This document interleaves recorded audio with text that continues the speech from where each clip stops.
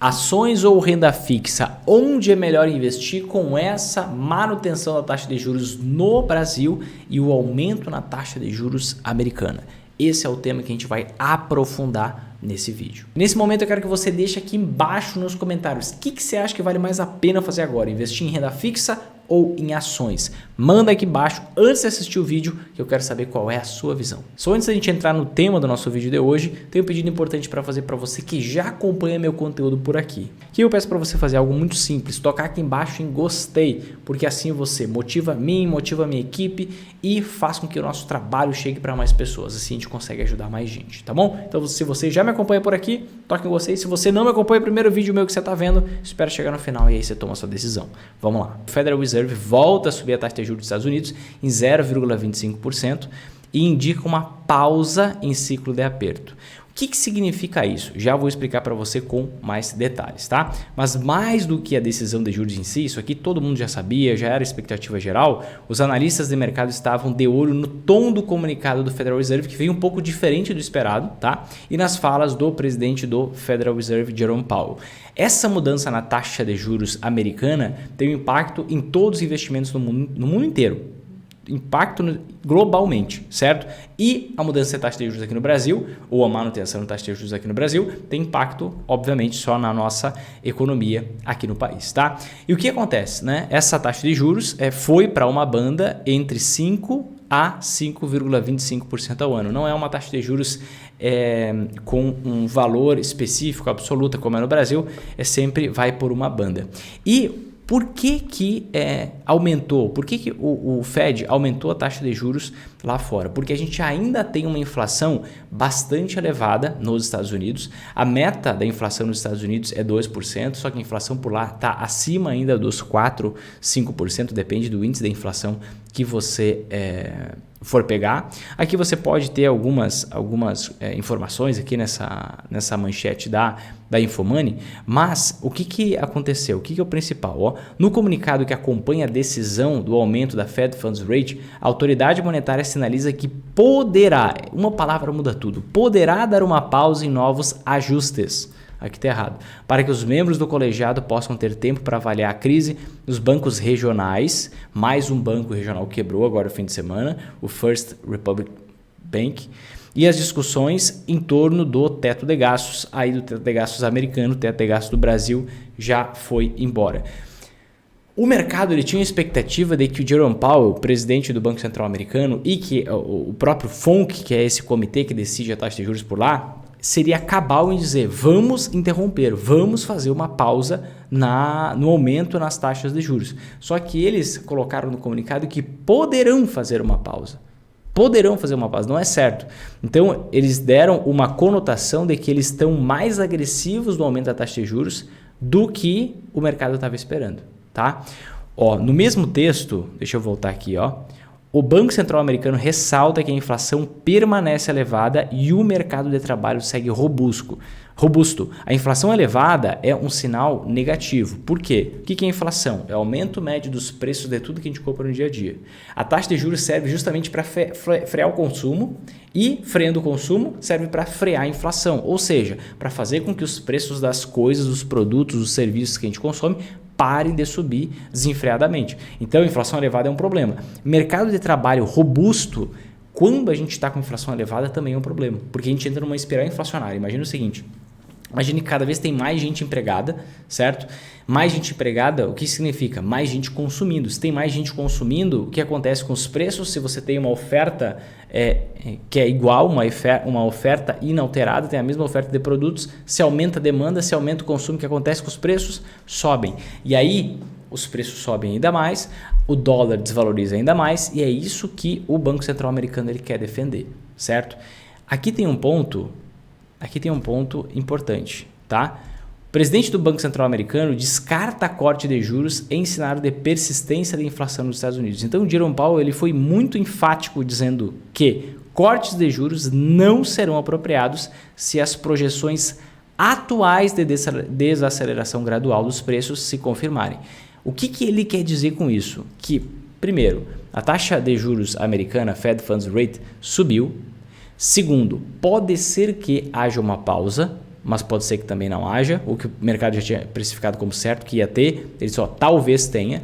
Terceiro, ele está dando um sinal claro aqui, ó, de que corte de juros não serão apropriados se as projeções atuais de desaceleração gradual dos preços, ou seja, de um crescimento dos preços dos produtos se confirmarem. Ou seja, ele está achando ainda esse aumento dos preços muito forte, o que ensejaria talvez aumentar ainda mais a taxa de juros. É justamente por isso que essa comunicação veio num tom um pouco mais duro do que era esperado pela maioria dos investidores e dando uma sinalização de que o dólar pode se fortalecer nos próximos meses em virtude de uma possível elevação adicional na taxa de juros americana. Não parou por aí, não vai ter corte, talvez tenha uma pausa, tá? E muito dessa decisão, um pouco é da inflação, sim, mas a inflação vem cedendo bastante aí, principalmente nos últimos 10 meses. Mas o principal ponto é, Estados Unidos tem uma recuperação forte e inesperada na criação de empregos privados em abril. Essa informação aqui é de hoje, ó. Aquela questão das vagas de trabalho que eu comentei. E basicamente o que aconteceu? As empresas do setor privado criaram 296 mil empregos nos Estados Unidos no mês passado, de acordo com a pesquisa mensal ADP Stanford Lab, divulgada nesta quarta-feira. Isso é mais do que o dobro dos 145 mil, que era justamente o consenso dos analistas, segundo o site financeiro que ele consolida as projeções. Então o mercado de trabalho ele segue muito forte nos Estados Unidos, o que faz com que aumente o consumo, aumentando o consumo, isso faz com que a inflação se eleve por lá e talvez a taxa de juros suba ainda mais. Se a taxa de juros sobe ainda mais lá fora, como efetivamente subiu hoje, o que acontece? O mercado americano suga dinheiro das economias periféricas. Porque agora, imagina, cada vez mais você tem uma taxa de juros maior para investir em renda fixa nos Estados Unidos. Você pega grandes bilionários, o que esses caras querem fazer? O que essas pessoas querem fazer? Elas não querem ganhar rios de dinheiro, elas querem manutenção do poder de compra do seu dinheiro. Elas querem rentabilidade com previsibilidade. E os grandes volumes de dinheiro, os grandes volumes de recursos vão migrar justamente para onde tem uma taxa de rentabilidade cada vez maior e numa moeda extremamente confiável que, embora a gente tenha essas questões de meu Deus, o dólar pode acabar, desdolarização e tudo mais, é a moeda mais confiável do mundo, sem dúvida nenhuma. Não existe outra moeda mais confiável no mundo do que o dólar hoje em dia. Então, você vê uma migração cada vez maior para o dólar. Um efeito importante. Aqui no Brasil, e eu venho destacando isso cada vez mais, agora eu vou jogar um pouco desse ponto, puxando aqui para a manutenção da nossa taxa de juros aqui no Brasil, a gente está com a taxa de juros em 13,75%. E essa taxa se manteve. Eu vou pegar aqui o trecho do comunicado do nosso comitê para ler com você, para você ver que o tom foi um pouco pior do que esperado também. Mas o que acontece? Cada vez mais... Por que a gente está vendo essa queda do dólar no curto prazo? Né? Por que a gente está vendo o dólar em 2022 caindo mais ou menos uns 7, 8%? Por conta de especulação financeira. Tá? Vamos pegar aqui, deixa eu mostrar para vocês. Isso aqui é importante que você tenha em mente. Isso aqui é muito importante que você tenha em mente. Basicamente agora, na minha tela, o que você está vendo? Você está vendo o dólar americano em relação ao real, você está vendo uma queda de 6,86% durante o ano de 2023. Isso aqui é uma queda totalmente especulativa com base no quê? Com base no seguinte, você tem uma taxa de juros a 13,75% ao ano no Brasil e você tem uma taxa de juros a 5,25% ao ano nos Estados Unidos. Então você tem um diferencial de juros muito grande. Quando você tem um diferencial de juros muito grande, o que acontece? Você atrai capital de especuladores estrangeiros. Eles pegam um empréstimo lá fora, a taxa de juros mais baixa, e investem no Brasil, jogam dólares aqui no Brasil, certo? Para investir em renda fixa no Brasil enquanto tem esse diferencial de juros grande. Tá? E o que é um ponto importante aqui? Que cada vez mais está reduzindo esse diferencial de juros. A taxa de juros americana estava em 0, agora está em 5 a 5,25. Estava em 0 a 0,25, agora está em 5 a 5,25, que é uma banda lá nos Estados Unidos. Então já diminuiu bastante o diferencial de juros. Quanto mais diminui o diferencial de juros, mais a gente faz força, a economia, as forças econômicas fazem força para empurrar esse investidor estrangeiro, esse especulador, na verdade, não é investidor, para fora, ou seja, para ele tirar seus dólares daqui. E ele tirando seus dólares daqui pode fazer com que o dólar se aprecie em relação ao real. É por isso que eu alerto muito vocês que dólar abaixo de R$5 é uma excelente oportunidade. Ontem mesmo, acabei não postando, postei um print só para os meus mentorados, mas ontem mesmo eu fiz mais um aporte no exterior para aproveitar justamente esse dólar barato que a gente está tendo no curto prazo, uma promoção. Destaquei na live de segunda-feira que uma das maiores oportunidades que eu vejo na bolsa é justamente esse dólar beijando aí a faixa dos R$5, às vezes um pouco para cima, às vezes um pouco para baixo, tá? Porque a dinâmica econômica global favorece uma elevação do dólar. Por quê? A gente não é com certeza que vai ter uma pausa na elevação nos juros dos Estados Unidos. Pode ser que suba mais, inclusive na próxima reunião. Eles deixaram isso em aberto. Além disso, pode subir mais lá. Além disso, que no Brasil, a gente teve uma manutenção. Então, cada vez mais esse diferencial de juros fica menor. Então, pelas pressões econômicas globais, o dólar pode se fortalecer e pelas pressões econômicas internas do Brasil, o dólar também pode se fortalecer. Por isso que eu alerto muito vocês em relação a isso, tá? O que aconteceu? Deixa eu puxar aqui para o comunicado do nosso comitê, do Copom, que saiu agora há pouco, tá? Há menos de 2 horas saiu esse comunicado aqui. Basicamente, esse comunicado é um documento, tá? Resumo, que diz o que o Banco Central, ou melhor, o que o Comitê de Política Monetária, o Copom, fez com a taxa Selic, qual foi a decisão tomada hoje, tá? E aqui eu destaquei alguns principais pontos para mostrar para vocês, mas o que acontece? A gente tem a manutenção por mais um mês da taxa Selic em 13,75%. E, basicamente, eles já começam o comunicado com uma toada bem negativa. O ambiente externo se mantém adverso. Ponto. Então, só com essa primeira frase, você já vê como é que vai ser o resto. A inflação se mostra resiliente. A gente vê a inflação caindo aqui no Brasil, e inclusive, segundo o Roberto Campos Neto, a inflação vai cair mais até junho, só que a partir de junho a gente vai voltar a ver uma elevação da inflação. Por quê? Porque no ano passado a gente teve 3 meses de deflação, por conta da desoneração dos combustíveis. A reoneração dos combustíveis foi feita.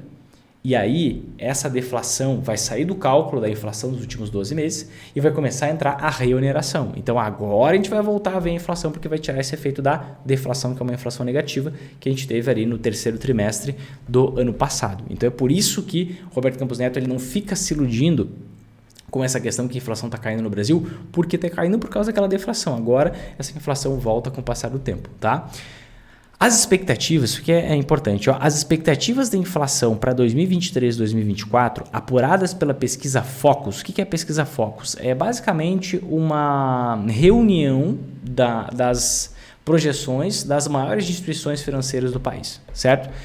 Então ele diz, as expectativas de inflação para 23 e 24, apuradas pela pesquisa Focus, ou seja, concatenados com todas as principais instituições financeiras do Brasil, elevaram-se marginalmente e encontram-se em torno de 6,1% para esse ano e 4,2% para o ano que vem, certo? E pegando as metas da inflação para esse ano e para o ano que vem, a gente vê que esse ano a gente está muito longe de conseguir bater a meta da inflação e o ano que vem a gente está beijando aí a trave para ir fora da meta da inflação, está quase fora da banda da meta. A gente está muito longe da meta, que é na casa dos 3% para o ano que vem, mas tem ali uma banda que a inflação pode ser até 1,5% acima da meta, né? Então seria até 4,5%, já está em 4,2%. Tá? E ele destaca, basicamente a gente vê aqui, o texto ele é muito similar, né? Reunião após reunião, ele muda poucas coisas, o que a gente tem que estar atento é justamente essas mudanças. E basicamente aqui, o que ele destaca? Que houve uma desancoragem maior ou mais duradoura das expectativas de inflação para prazos mais longos. Ou seja, os analistas em geral não acreditam que a inflação vai ceder de uma forma, da forma desejada pelo Banco Central. E aqui ele deixa bem claro uma questão. O Comitê de Política Monetária enfatiza que não há relação mecânica, ou seja, não há relação direta entre a convergência da inflação e a aprovação do arcabouço fiscal. Por que ele coloca essa frase aqui? Porque basicamente existe uma pressão muito grande por parte do governo, por parte de aliados, por parte do pessoal ali, que diz que, poxa, agora vai passar o arcabouço fiscal, não tem desculpa para o juro não cair. Isso já foi dito, tá? Não tem desculpa para o juro não cair, o juro tem que cair. E ele deu o recado. O Copom enfatiza que não há relação mecânica entre convergência da inflação e aprovação do arcabouço fiscal e avalia que a desancoragem das expectativas de longo prazo eleva o custo da desinflação necessária para atingir as metas estabelecidas pelo Conselho Monetário Nacional. O que ele está dizendo assim? Ele está dizendo assim, ó, poxa, pessoal envolvido aí no governo, pessoal, parem de ficar falando coisas que faz com que os analistas tenham medo, que eles projetem que a inflação vai ser maior que o esperado, que as pessoas, as empresas projetem que a inflação vai ser maior que o esperado, e aí, de forma antecipada, elas já aumentam os preços de tudo da economia porque acham que os preços das matérias-primas vão subir. É basicamente isso que ele está dizendo. Parem de bater boca, porque senão o processo de desinflação, ou seja, a redução da inflação, vai acontecer de forma muito mais morosa. E ele já está dando recado, ó. Pode aprovar arcabouço fiscal que eu não vou derrubar a taxa de juros, muito em breve. Tá? Depois ele diz o seguinte, avaliando-se a estratégia de manutenção da taxa básica de juros por período prolongado, será capaz de assegurar a convergência da inflação. O comitê segue vigilante, avaliando-se a estratégia de manutenção da taxa de juros por período prolongado, por bastante tempo que ele já está fazendo, será capaz de assegurar a convergência da inflação. E o Copom enfatiza que, apesar de ser um cenário menos provável, não hesitará em retomar o ciclo de ajuste caso o processo de desinflação não transcorra como o esperado. Então, o que ele está dizendo aqui? Ó? Primeiro, não vamos derrubar a taxa de juros na marretada, como vocês estão dizendo aí, vão aprovar o arcabouço fiscal e vamos derrubar essa taxa de juros. Não, ele dá um recado claro, isso não vai acontecer. Primeiro recado. Segundo recado que ele dá, vamos manter a taxa de juros nesse patamar e ver o que acontece com o passar do tempo. Terceiro recado que ele dá, podemos subir ainda mais a taxa de juros se as coisas piorarem. Quais coisas? A expectativa da inflação. Porque existe algo chamado teoria da reflexividade. Não é somente a realidade que vai acontecer e que vai culminar em novas projeções para a economia. As próprias projeções da economia também repercutem na realidade. Isso são chamadas de profecias autorrealizáveis. Logo, se todo mundo está esperando uma inflação mais elevada, um exemplo aqui, o que vai acontecer? As empresas já vão começar a elevar os preços dos seus produtos, tá? As empresas já vão começar a elevar os preços dos seus produtos vagarosamente, de forma que elas se antecipem para elas não perderem margem de lucro. E essa atitude faz com que a própria inflação suba. Talvez ela nem ia subir, mas tinha uma expectativa de que ela ia subir, então o mercado já realizou a inflação, já aumentou a inflação. Então a gente precisa reduzir o ruído, o falatório, o problema fiscal, o problema do orçamento do governo, diminui tudo, faz sentar a poeira e aí que se abre uma condição para reduzir a taxa de juros. Tá? É por isso que, agora respondendo uma pergunta que já surgiu aqui para mim, será que a taxa de juros cai antes ou cai em 2025? É por isso que eu, Vinícius, acredito que a taxa de juros cai em 2025 com a substituição do Roberto Campos Neto como presidente do Banco Central, certo? Que vai ser um outro indicado aí pelo presidente, e não deva cair antes, embora talvez possa cair ali para o ano que vem, mais para o final do ano que vem, mas a gente não tem condição econômica, depende muito do cenário externo também, tá? A gente não tem condição econômica hoje para queda nos juros e o Roberto Campos Neto não está pensando em reduzir os juros, ele está deixando isso muito bem claro, tá? E claro, não é só ele, né? É todo o Copom, então eles não têm esse objetivo. O que isso impacta nos investimentos? Bom, primeiro o impacto que você tem nos investimentos, tá? A gente vai... Primeiro ponto, que nem se refere a taxa de juros, a gente vai ter uma inflação voltando. Então, você que investe só em renda fixa, você vai ver o seu ganho real, o seu ganho acima da inflação diminuindo, porque a inflação vai voltar a subir, a estimativa é que seja 6% nesse ano, você vai ganhar 13,75%, então líquido você vai ganhar 11%, você vai ganhar uns 5% acima da inflação.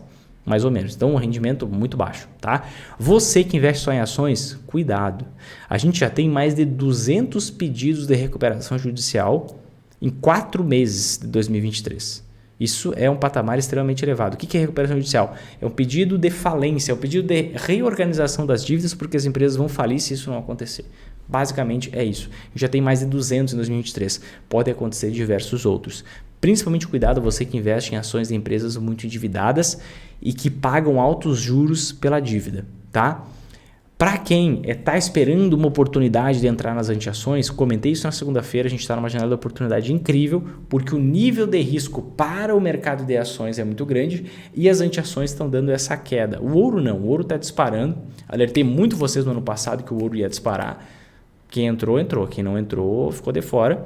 pode entrar agora, para quem não tem nada eu ainda acho que vale a pena, mas principalmente investir em moeda forte, poxa, é uma grande oportunidade para fazer isso, porque tudo leva a gente a crer que o dólar possa se valorizar bastante nos próximos anos, tá?